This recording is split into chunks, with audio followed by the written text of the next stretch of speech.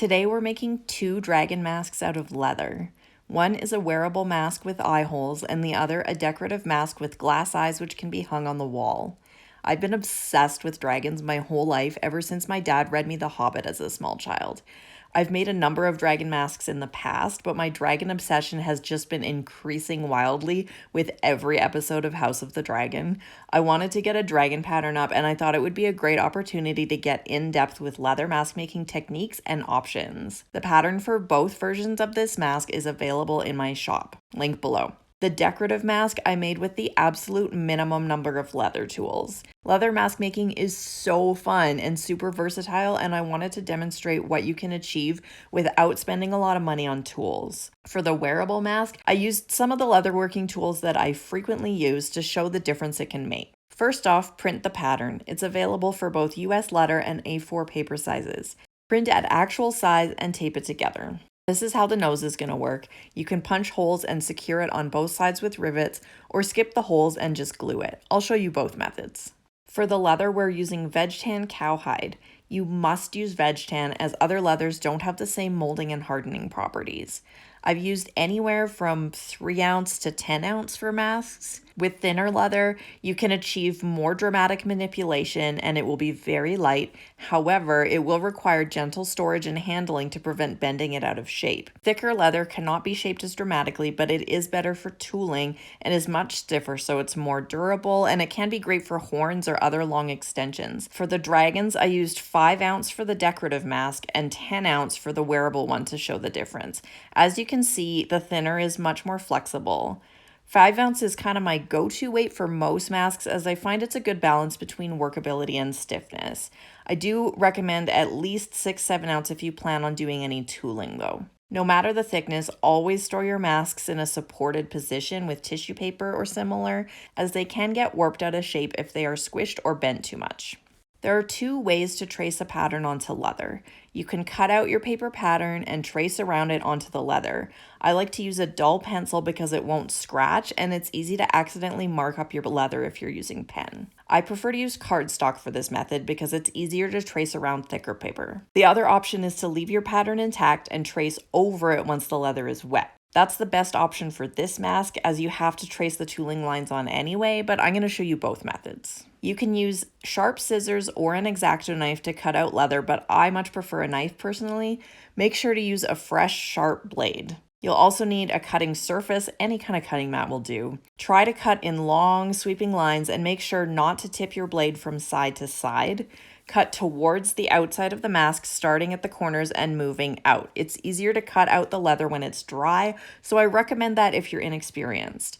I keep my larger scraps as they can be used later for other projects. The fingers of my Nazgul gauntlets were made entirely from scrap. Casing leather is the term for wetting it in such a way that it takes a good impression. There are a number of methods for casing leather, but basically you want it to be partially wet. There are videos on here that go into a lot more detail on casing, so I'm not going to spend a lot of time on it.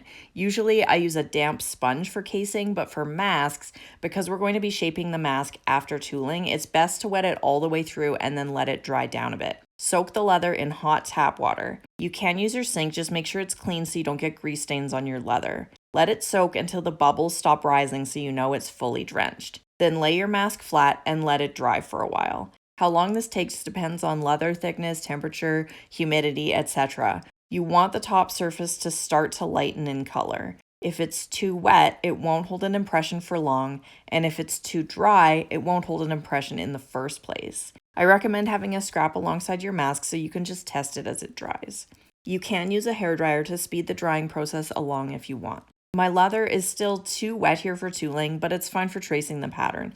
I covered the leather with a layer of saran wrap to keep my pattern dry and traced over all the lines. You have to be very careful your pattern doesn't shift, so it's a good idea to put some heavy things on top of it. You can use a stylus to trace your pattern, but I like to use a dull pencil because I can see which lines I've already traced and which ones I haven't. As you can see, I'm not being too precise here, which is totally fine. Imperfect scales will look more natural anyway, so I'm not fussed about precision with this project. For the wearable mask, you will need a hole punch for the elastic. If you're riveting the nose, you will also need a hole punch for that as well. I'm using the kind of punch which you hammer with a mallet, but you can also use the type which you grip with your hands. You want to hammer against a soft surface so you don't damage your tool. If you don't have a poundo board, you can just hammer against a piece of leather scrap. For the decorative mask, I intentionally didn't use any leather tools. I used this stylus, which was just a cheapo modeling tool that came in a craft store clay set, and also the point of a screwdriver. You can use literally anything pointy, tine of a fork, dead pen, awl, whatever you have around the house. I used the point of an oven thermometer one time. Here I just grabbed some random objects to show as examples.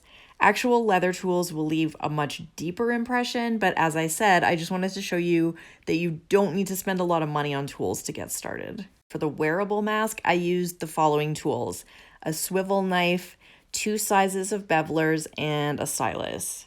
Swivel knives carve into the leather. The thicker the leather you use, the more obvious your lines will be. It's a bit of a strange motion, so practice on some scrap first. You can achieve a lot of texture with this tool alone. Bevel stamps create depth to your pattern by hammering along one side of your lines. You can swing a cat and hit 5 leather workers who are better at tooling than me, so I'm not going to try and give advice on this. I've dabbled in it, but I'm very much still a novice. There's lots of tutorials on here if you're looking to learn more. Use a mallet for hammering, as metal on metal can damage your tools. You want to be hammering on a solid surface. Most leather workers use a slab of marble or similar as their hammering surface. I used my swivel knife to carve in the pointy scales, but I've also used a mule's foot in the past. There are even dragon scale stamps you can buy if this is something you're doing a lot of.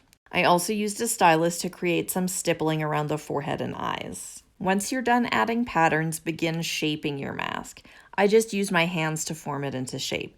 You'll find thin extensions dry the fastest, so you might want to start with those. For wearable masks, I like to use a foam head to form them against. You can also just use your own face. For the decorative mask, I kept it relatively flat since I wanted to hang it against the wall. For wearable masks, keep in mind that this is a 3D sculpture, so make sure to see how it looks from the side as well. As you can see, I wrapped my horns around a bit to create depth and movement. Once you're happy with the shape, set it up in a supported position and leave it to dry completely. I always leave mine overnight. You can color your mask with paint or dye. Dye soaks into the leather while paint sits on the surface. There are 2 main brands of dye available here in Canada anyway. EcoFlow is water-based, so you can thin it easily with water. Fiebing's brand leather dye is an alcohol-based dye and therefore requires a specific dye reducer for thinning, or you can make your own. I find Fiebing's brand is far superior in durability and color fastness, so I always choose it for items that will receive heavy wear, such as belts. However, Fiebing's has only more recently come out with a full range of colors. At my local store, I've only ever seen yellow, green, blue, and purple in the EcoFlow brand. For masks, durability and color fastness is less of a concern, so I use either brand depending which color I need. For the decorative mask, I used EcoFlow dye in Sunshine Yellow, Cranberry, and Deep Violet. Most dyes are very dark, straight out of the bottle, and difficult to apply evenly, especially on the uneven surface of a mask. For this mask, I watered the dye down a lot and applied it with a paintbrush in many layers to slowly build up the color and create shading, almost like watercolor. Be aware that the dye will appear a lot lighter when it's dry, particularly if you've watered it down a lot. You may need to come back and add more layers once you see what it looks like. For the wearable mask, I used Fiebing's dye in buckskin, saddle tan, dark brown, and a little bit of black. I applied it with an airbrush. You can use leather dye in an airbrush without having to thin it. I used my airbrush crouched on my balcony like a goblin, so I didn't videotape this part. I took some progress photos as I went so you could see how I built up the color. You absolutely need to do this in a well-ventilated area though, and please wear a respirator. Once the dye was fully dry on both masks, I covered it with a leather finish. There are many kinds of finish, and it really doesn't matter what you use as long as you use something.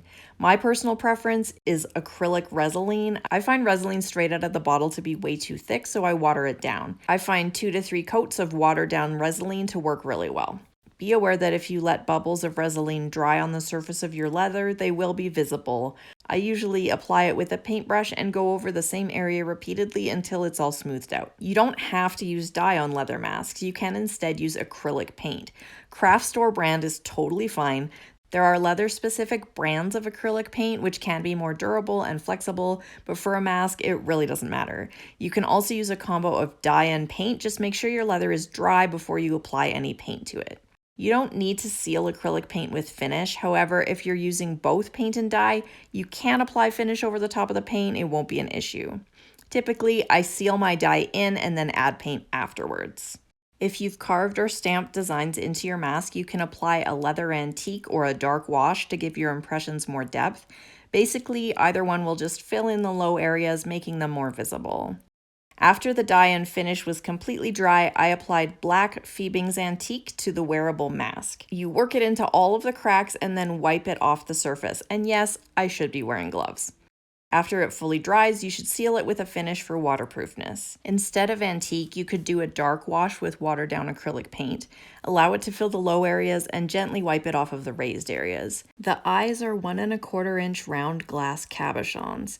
You can purchase eyes online. A quick Google search for dragon eye cabochons turns up lots of options, but I made my own eyes. I found a picture online and printed it out. I'm using glass gems I found in a bag at the craft store for super cheap and regular old Mod Podge. This is going to sound really weird, but put your printed page in the freezer for at least 10 minutes.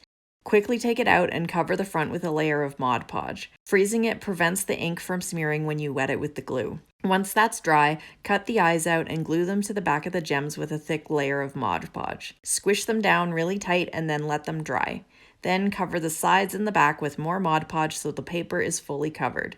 Boom, eyes. The decorative mask comes with 2 circular patches to secure the eyes. I colored mine a dark color because you can see them a little bit from the front. I find barge cement is the best glue for leather, but it's quite toxic and isn't available everywhere. Since this is just going to hang on the wall, durability isn't a concern and you can use pretty much any glue. It's best to rough up the leather so the glue has more to grip to. There are specific tools for this, but you can just use a knife. I glued the eyes to the center of the circles first and then glued the circles to the back of the mask. Make sure to position your eyes nicely and check the angle of the pupils. There's also a hanging loop you can attach if you like. I used barge cement to stick mine on as well. You can secure the nose with rivets or glue. Rivets come in different colors and also different lengths. Make sure to select the correct length for your leather thickness. It's easiest to use double cap rivets, which you can then hammer from the inside of the mask. Rivets are set with a domed tool and a mallet. Give it a couple sharp smacks and you're good to go. You can instead secure your nose with glue. I used barge cement for this as well. I personally prefer this look as it keeps visible hardware off of the surface of the mask. For the wearable mask, you'll need elastic to secure it to your head. I used about 80 centimeters of round black elastic. I loop it through the 2 holes and tie a knot in the end. This creates a double loop around your head, which is both comfortable and secure. You can use ribbon instead if you wish, but I find it harder to put on and not as secure on your head. And that's it. Will you make Smaug, Drogon, Syrax, Vagar? It's totally up to you. I'm gonna go burn down a village now. I am fire. I am death.